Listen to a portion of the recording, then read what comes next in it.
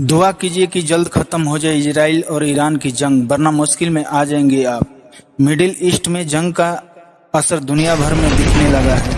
Israel और Iran दोनों एक दूसरे को खत्म करने पर उतारू है। इजराइल की ओर से बमबारी हो रही है तो ईरान बदले लेने का कोई मौका नहीं छोड़ रहा है। इजराइल और ईरान भले ही दोनों देश के बीच जंग हो रहा है, इस जंग का असर भारत समेत दुनिया भर में पड़ने वाला है।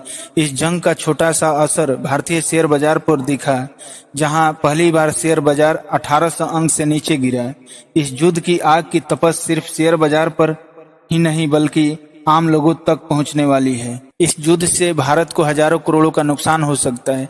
सिर्फ देश की अर्थव्यवस्था नहीं बल्कि आम लोगों की मुश्किल बढ़ सकती है। इजराइल और ईरान के बीच युद्ध के चलते भारत में कई चीजों की सप्लाई बाधित हो सकती है, जिसका असर कीमतों पर पड़ेगा। ईरान और इजराइल से लेने वाले चीजें की कीमतें बढ़ सकती है।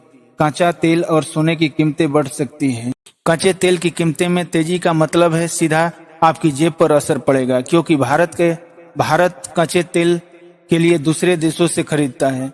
इसके अलावा पेट्रोल डीजल की कीमतें में बढ़ोतरी का मतलब है सीधा दाल, फल फूल की सब्जियों में कीमतें बढ़ जाएगी। इसके अलावा पेट्रोल डीजल की कीमतें में बढ़ोतरी का मतलब है दाल, फल फूल की कीमतें बढ़ जाएगी। इजराइल ईरान के युद्ध के चलते चावल सप्लाई पर असर होगा। भारत बासमती चावल का कुल 19% हिस्सा ईरान को भेजता है। इस युद्ध के कारण सप्लाई बाधित होने से भारत के व्यापारियों पर असर पड़ेगा।